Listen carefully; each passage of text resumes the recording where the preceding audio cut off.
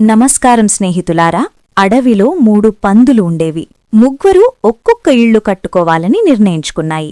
కాని ఒక్క తోడేలు అన్నీ మార్చేసింది.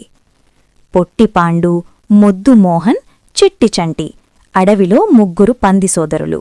వాళ్ల అమ్మ చెప్పింది, నాయన్లారా, ఇప్పుడు మీరు పెద్దవారయ్యారు. వెళ్ళి మీ విళ్ళు కట్టుకోండి. పటిష్టంగా కట్టుకోండి. ఏ ప్రమాదమూ రాకూడదు. పాండు వెళ్లాడు. గడ్డి ఉంది కదా, పనైపోయింది. మోహన్ వెళ్లాడు. ఈ కట్టెలు చాలు, త్వరగా అయిపోతుంది. కాని చంటి మాత్రం, నేను ఇటుకలతో కడతాను, సమయం పట్టినా సరే. పాండు 1 గంటలో గడ్డిళ్ళు కట్టేశాడు. హహా, అయిపోయింది, ఇప్పుడు నిద్రపోతా. మోహన్ 2 గంటలలో కట్టెయిళ్లు కట్టేశాడు. సూపర్, తొందరగా అయిపోయింది, ఆడుకుందాం.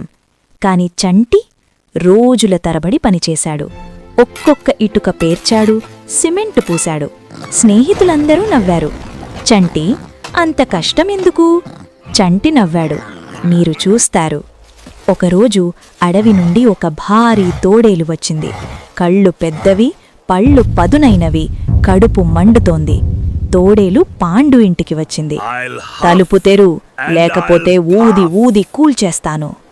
పాండు భయంతో అరిచాడు, వద్దు వద్దు. తోడేలు గట్టిగా ఊదింది. Hoop hoop hoop. గడ్డి ఇల్లు ఒక్కసారిగా కూలిపోయింది. పాండు పరుగున మోహనింటికి వెళ్లాడు. తోడేలు మోహనింటికి వచ్చింది. తలుపు తెరండి, లేకపోతే కూల్చేస్తా. పాండు మోహన్ భయంతో గడగడ వణికారు. తోడేలు ఇంకా గట్టిగా ఊదింది. Who who who. కట్టె ఇల్లు కూడా కూలిపోయింది. ఇద్దరూ పరుగు పరుగు పరుగు నేరుగా చంటి ఇటుక ఇంటికి వెళ్లారు. తలుపు మూసుకున్నారు. గుండె జారిపోతోంది. తోడేలు చంటి ఇంటి దగ్గరకు వచ్చింది. తలుపు తెరు, ఊది ఊది కూల్చేస్తా. చంటి నిబ్బరంగా అన్నాడు, నువ్వు ఊదు. తోడేలు ఊదింది, ఏమీ కాలేదు. మళ్ళీ ఊదింది, ఏమీ కాలేదు. మళ్ళీ ఊదింది, ఇల్లు కదలలేదు. తోడేలు తలసిపోయింది. కోపంతో కొట్టు పైకెక్కింది. పొయ్యి మీద నుండి లోపలకు దిగుతా.